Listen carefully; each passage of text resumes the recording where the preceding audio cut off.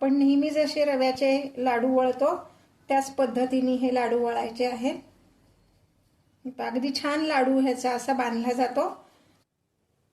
उपवासाचा लाडू म्हणलं की बऱ्याच जणांना फक्त राजगिऱ्याचा लाडू माहिती आहे। आज मी तुम्हाला एक वेगळ्या प्रकारचा लाडू कसा करायचा ते सांगणार आहे। नमस्कार, आऊचा खाऊ या YouTube चॅनलवर मी मेधा तुमच्या सगळ्यांचं मनापासून स्वागत करते। आज आपण बघणार आहोत वरईचा लाडू। चला तर रेसिपी बघूयात। उपवासाचे लाडू करण्यासाठी मी इथे हे जे भांड आहे एवढं भांडभर भगर घेणार आहे। हे पहा, तुमच्या समोर मोजते मुद्दाम। आपलं नेहमीचं घरातलं कुठलंही भांड घ्या, काही हरकत नाही। वजनी म्हणायला गेलं तर ही साधारण 200 ग्रॅम एवढी भगर आहे। आता दुकानातून आणल्या तशीच भगर भाजायला घ्यायची नाही, ती स्वच्छ धुवायची 2 वेळा आणि फॅन खाली साधारण 4 ते 5 तास वाळवायची। फॅन खालीच वाळवायची, उन्हाची गरज नाही।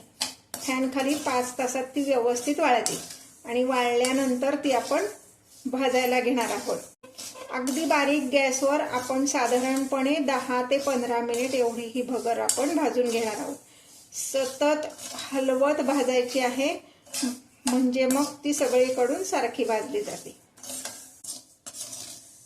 हे पहा, ही वरई आपली छान भाजून झाली, त्याचा रंगही बदललाय आणि नीट जर बघितलं तर कडेनी धूर यायला लागलेला आहे। धूर म्हणजे करपवायचं नाही, पण एखादं धान्य भाजून झालं की असं थोडासा धूर आल्यासारखं दिसतं।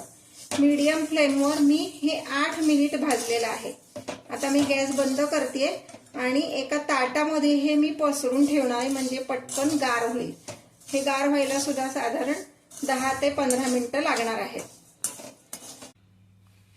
ही वरई आपली भाजलेली गार झालेली आहे व्यवस्थित। आता हे मी मिक्सरच्या भांड्यात काढणार आणि ह्याचा साधारण आपला बारीक रवा असतो तसा रवा करून घेणार। एकदम फाईन पावडर करायची नाही, रवाळ काढायचे मिक्सर मधनं।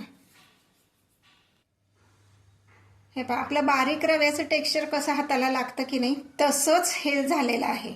मिक्सर फक्त ऑन ऑफ करत 2दा किंवा 3दा फार तर फिरवायचा, जास्ती नाही। आता हा आपला वरईचा रवा तयार आहे।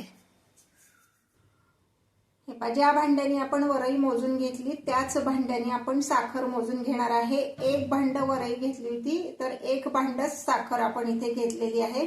ही साखर मी मिक्सरला लावून ह्याची पिठी साखर करून घेणार आहे। इथे मी अर्धा भांडा एवढं किसलेलं खोबरं घेतलंय, हे आता मी बारीक गॅसवर भाजून घेणार आहे। इथे गॅसवर मी कढई तापत ठेवली आहे, त्यामध्ये हे खोबरं घालते आणि हे छान मंद गॅसवर भाजून घ्यायचंय। तुमच्याकडे डेसिकेटेड कोकोनट असेल ते तुम्ही घातलं तरी चालणार आहे। खोबरं टोटली ऑप्शनल आहे, पण खोबरं घातल्यामुळं लाडूला एक छान चव येते। म्हणजे आपले रव्याचे लाडू कसे होतात ना तसा सेम हा लाडू होतो खोबरं घातल्यामुळं। हे इतपत भाजायचे खोबरं, बरोबर 2 मिनिटं लागलीत मला हे खोबरं भाजायला। आता मी हे एका बाउलमध्ये काढून घेते। आता पुन्हा मी कढई तापत ठेवली, ह्यामध्ये मी साधारण 2 ते 3 चमचे एवढं तूप घालणार आहे आणि आपण हा जो वरईचा रवा काढलाय हा रवा त्या तुपामध्ये घालणार आहे। हे पहा, रवा घातल्यानंतर गॅसची फ्लेम एकदम कमी ठेवायची आणि हा रवा आपण पुन्हा एकदा भाजून घेणार आहोत। सुरुवातीला आपण 3 चमचे एवढं तूप घातलंय, आपल्याला कमी वाटलं तर आपण पुन्हा ह्यात तूप घालणार आहोत। मी साधारण अर्धी वाटी तूप घेतलेलं आहे, त्यातलं किती लागते ते मी तुम्हाला नंतर सांगेन। आता मी ह्यात पुन्हा तूप घालते, पुन्हा 3 चमचे तूप घालणार आहे। एखाद चमचा जास्ती झालं तरी काही हरकत नाही। हे आपला हा रवा आता भाजून झालेला आहे, ह्याचा पण रंग थोडासा तांबूस झालाय। आता अजून एखाद दुसरा चमचा मी ह्यामध्ये तूप घालणार आहे।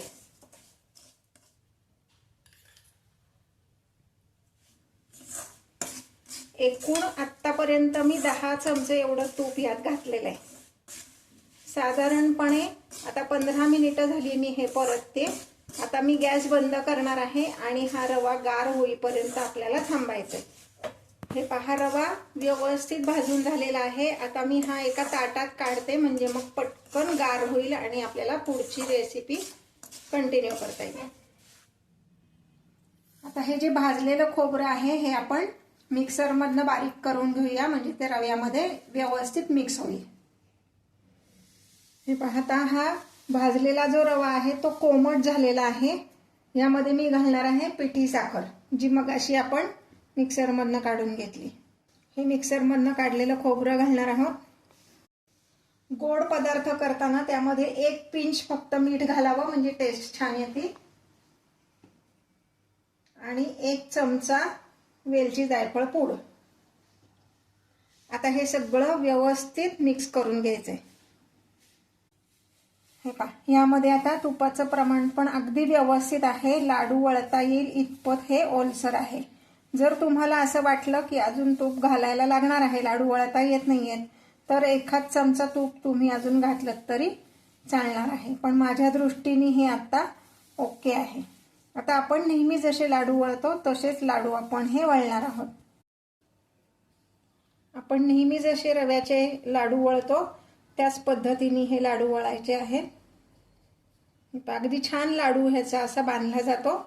गार्निशिंगसाठी तुम्हाला हवं तर पिस्ता किंवा बेदाणा. आपण जनरली रव्याच्या लाडूवर बेदाणा वापरतो, म्हणून मी बेदाणा वापरलाय.